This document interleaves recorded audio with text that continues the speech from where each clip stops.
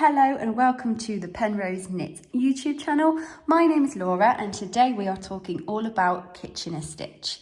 Kitchener stitch is a really useful technique that can be used in so many different ways. In this case, we're using it to close the toe of a sock, or you could even use it to graft the underarm of a bottom-up sweater, or to even close I-cord to make a perfect circle.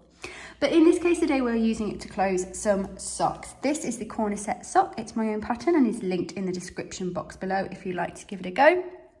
So let's have a look at what the finished object will look like. This is a sock that has been blocked, and you can see you can barely even tell where it has been joined. Isn't it so beautiful? And trust me, it's worth learning how to do this. You'll use it in so many different ways. So let's get started. You're going to need your project, of course, and an embroidery needle, and that's all you need for now. This is a 64 stitch sock, and I have decreased the toe down to 24 stitches and distributed them evenly over my two needles. I'm using a circular needle, but you can use DPNs or even just regular straight needles. It doesn't really matter, but you need to make sure whatever project you're doing this on, that your stitches are divided equally. So I've got 12 on each needle. I've cut a nice long tail just so we've got plenty to work with, but you don't actually need too much yarn for this technique, obviously depending on how many stitches you are grafting. Kitchener stitch is made up of a 4-step repeat with some setup steps. And to break it down for you slightly, you're basically working the first 2 steps on the first 2 stitches of the front needle, and then you're working the second 2 steps on the first 2 stitches of the back needle. And later on in this video, I will also show you how to speed up the process slightly. So if you're well versed at Kitchener stitch but find it a little laborious, you can skip ahead to that point, as everything will be in the description box below, all the different timestamps, so you can see how I speed up the process a little bit.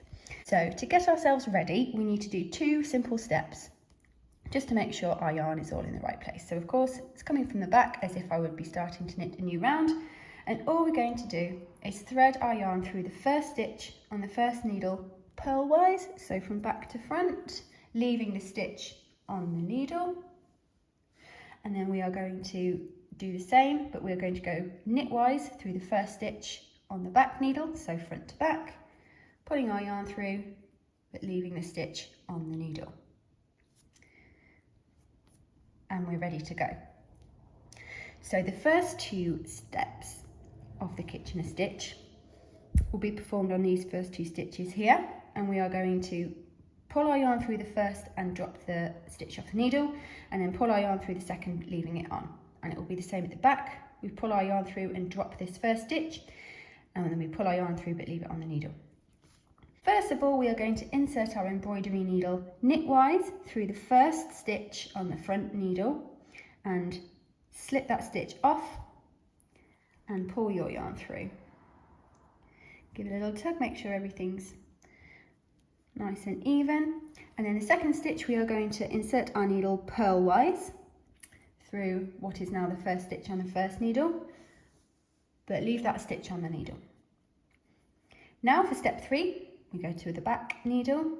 This time we insert our needle purlwise through the first stitch, slip it off the needle,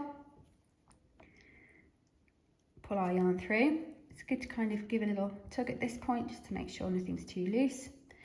And then we are going to insert our needle knitwise, leaving the stitch on the needle. That is it. Might seem a little bit intimidating at first, but once you get used to it, I promise you, you'll breeze through it. So the easy way to think about it is the first stitches is knit purl, and the back needle is purl knit. So knit first, purl second. Obviously everyone's used to hearing the term knit 1, purl 1. So as long as you remember it's knit first, purl second, it's very difficult to get wrong. So let's show you again.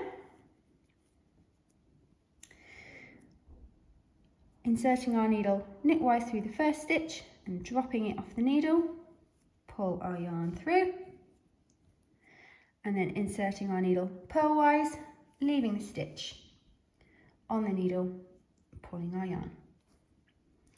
Onto the back needle, purlwise, dropping the stitch, pull through, and then knitwise, leaving it on the needle. And at first it might not look like much, so don't panic, but as you go along the stitches, it will start to form. So let's show you one more time.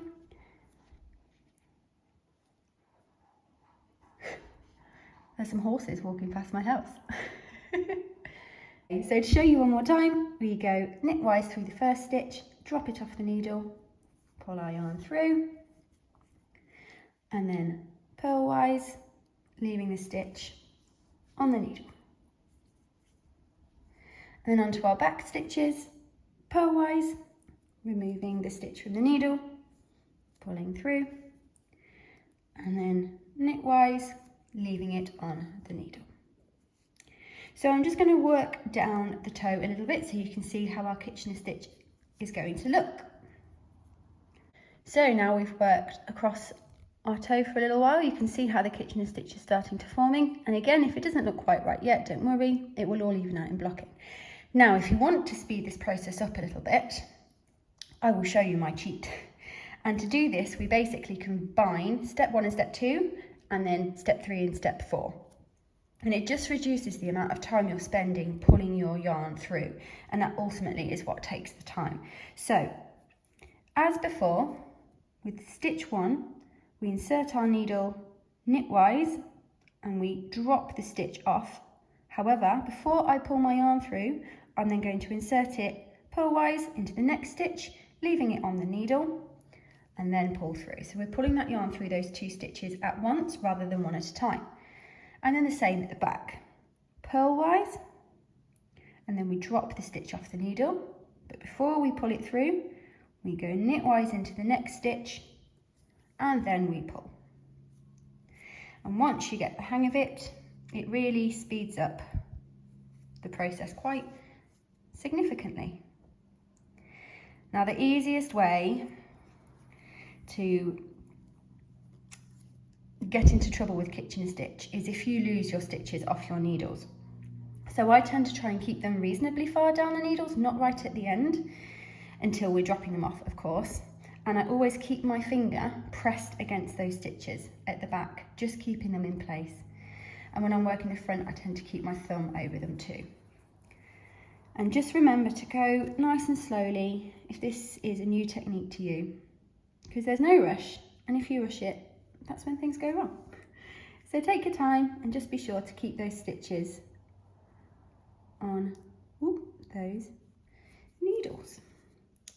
So we are coming to the end now, and you may be wondering what it is we do when we have 1 stitch left on the needle. And when we only have 1 stitch left, we just do step 1 and step 3. So keeping those stitches nice and tight with that finger so they don't slip off. Knitwise, drop it off and pull your yarn through. You see this last stitch is getting cheeky, holding that nice and tight, and finally purlwise and pull through.